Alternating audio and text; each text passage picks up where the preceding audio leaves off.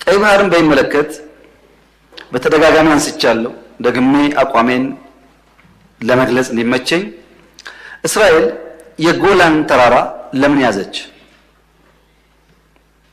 እስራኤል የጎላን ተራራ ያዘችው ለናሽናል ሴኩሪቲ፣ ለህልውናዬ፣ ለኤግዚስተንሴ ችግር ያጋጥመኛል ብላ ስላመነች ነው።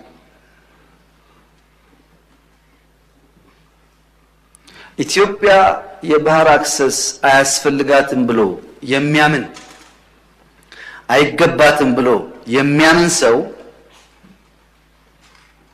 አንድ ተፈጥሯዊ ህግ የሳተ ይመስለኛል።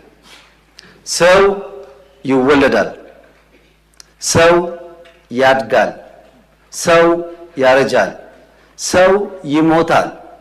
ይሄ ተፈጥሮ ነው። ቀይ ባህርና ኢትዮጵያም እንደዚሁ ናቸው። በሆነ ጊዜ ማርጀት፣ በሆነ ጊዜ መድከም ቢኖርም ቀይ ባህርና ኢትዮጵያ ለዘላለሙ ተነጣጥለው መኖር አይችሉም።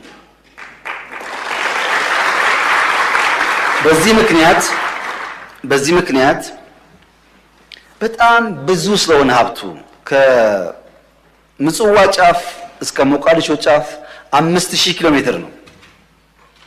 በጣም ትርፍ ነው። ካለነው አካባቢ በላይ ነው ጥቅሙ።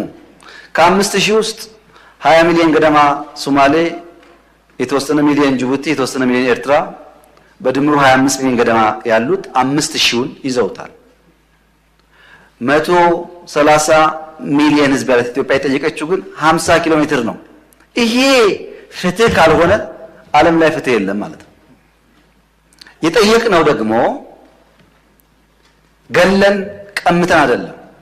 የፈለገ ሰው በአፍሪካ ትልቁ ግድብ የኢትዮጵያ ግድብ ነው። ክብር ምስጋና የኢትዮጵያ ህዝብ ይግባና ትልቁን ግድብ ገምቶልናል። ከዛ 15-20% ሼር ወስዶ ለኢትዮጵያ አክሰስ መስጠት ይቻላል በቢዝነስ ህግ ማለት ነው። የለም ግድብ ከበደኝ ከተባለ በአፍሪካ አንደኛው የአየር መንገድ የኢትዮጵያ አየር መንገድ 5-10-20% ወስዶ አክሰስ መስጠት ይቻላል። ያ ካሁንስ ሊዝ ይቻላል። ያ ካሁንስ የላንድ ስዋፕ ይቻላል። በሰላም በንግግር ይቻላል። የኢትዮጵያ መንግስትና ህዝብ ቀይ ባህርን አክሰስ ለማድረግ ሰው ልግደል አላለም።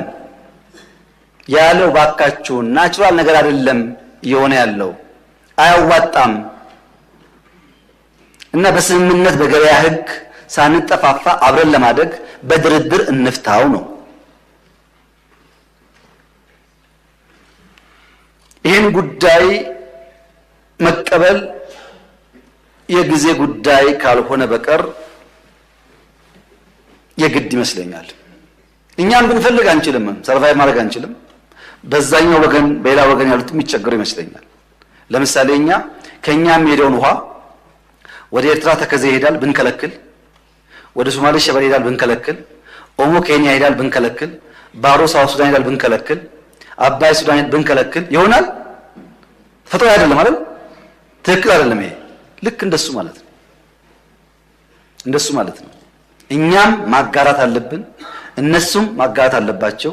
እኛም ማገዝ አለብን፣ እነሱም ማገዝ አለባቸው። ተያይዘን ማደግ አለብን።